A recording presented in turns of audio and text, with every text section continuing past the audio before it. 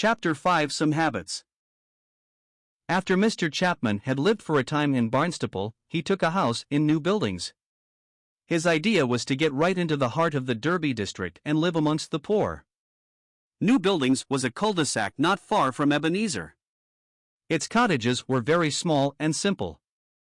Strange odors sometimes assailed the nostrils of its inhabitants, for beyond the end wall there was a tanyard. All this presented a contrast to the circumstances in which Chapman had lived in London.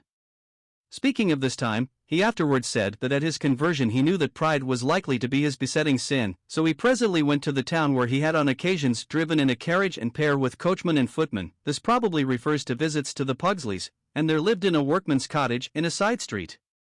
"My pride never got over it," was his typical comment.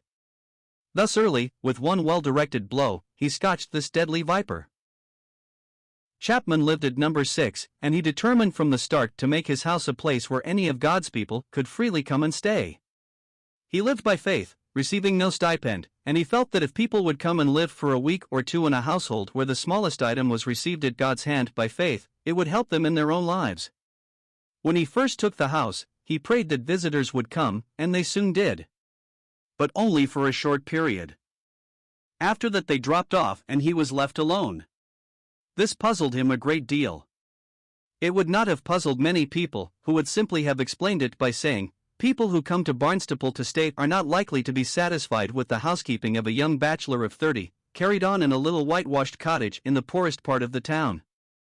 But Chapman was convinced that the Lord had led him to take this house and had given him confidence to expect a regular flow of visitors. He was therefore deeply distressed, and got down on his knees, humbly examining his own life before God. "Why, Lord, dost thou not send thy children to me?" he cried. He never had to repeat that question. From that day there was never any lack of visitors under his roof.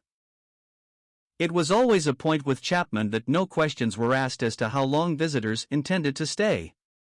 When a guest arrived, he would be shown his bedroom, told what were the habits of the household, and requested to leave his boots outside his door for Mr. Chapman to clean. People sometimes suggested to Mr. Chapman that it must be awkward to have visitors arriving at all times, and staying as long as they pleased, especially when his house was so small. "But God arranges that," he would reply. And if anyone were skeptical, the facts were open for investigation and they showed unmistakably that God did arrange it.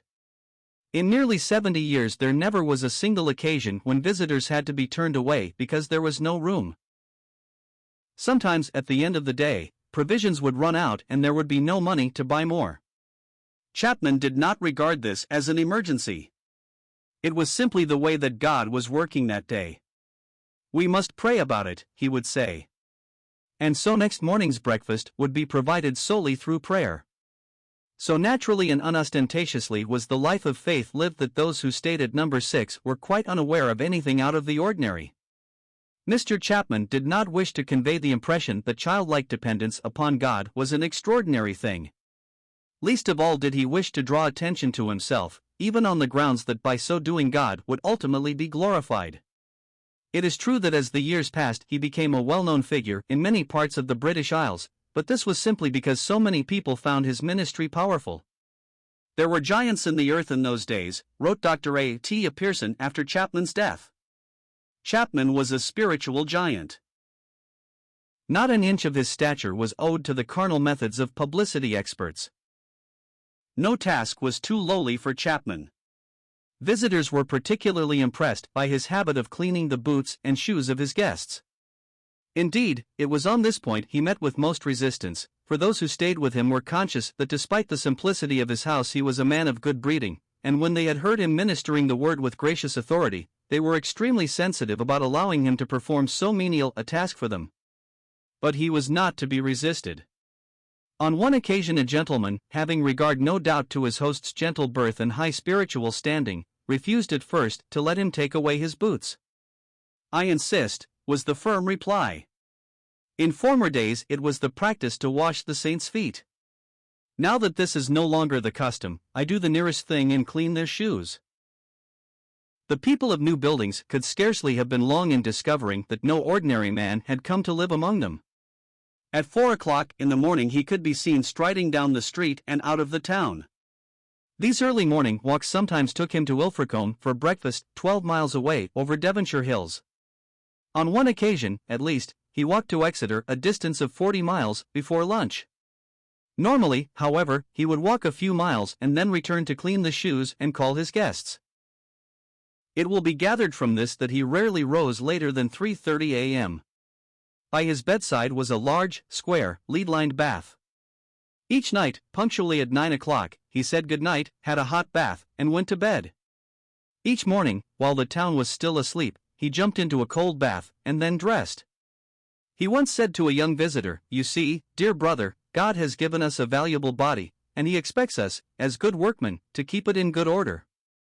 I open the pores of my body at night, and close them with a cold bath in the morning." Up till midday, whether he was indoors or out, the greater part of his time was given up to prayer, Bible reading, and meditation.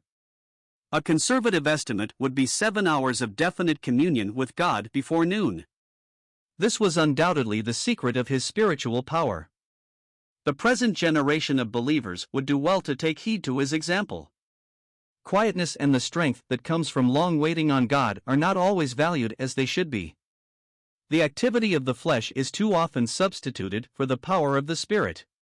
A certain amount of work is rushed through, God is asked to bless what has been done, and plans are feverishly laid for the morrow. Robert Chapman got through a vast amount of work, but without a vast amount of stir and bustle. His life was like the steady flow of a mighty river, which is of far greater moment than the noisy trickle of a choked-up gutter. On Saturdays he gave his mind a complete rest before the duties of the Lord's Day. He usually spent the whole day in his workshop. Walking and carpentry were his chief recreations, and Saturday was the day for carpentry. At the rear of his little cottage he had fitted up a tiny room for this purpose. Here there was a bench, and a fine set of tools, but the main feature was a lathe. The lathe was his great delight. On it were turned innumerable bread boards. These he presented to his guests, or sold for missionary funds. Normally no one was permitted to see him on Saturdays. It was well understood by friends in the neighborhood that if they wanted to talk with him about some matter they should choose some other day. One highly favored young brother who ventured to the door of the workshop on one such occasion was told, "You can come in, but talk about the lathe." Yet even this recreation was accompanied by spiritual exercises, for he always fasted on Saturdays, and, while he was working, poured out his soul in communion with his Lord. This habit of combining the spiritual and the practical was characteristic of Chapman. He prayed as he walked or as he did household duties.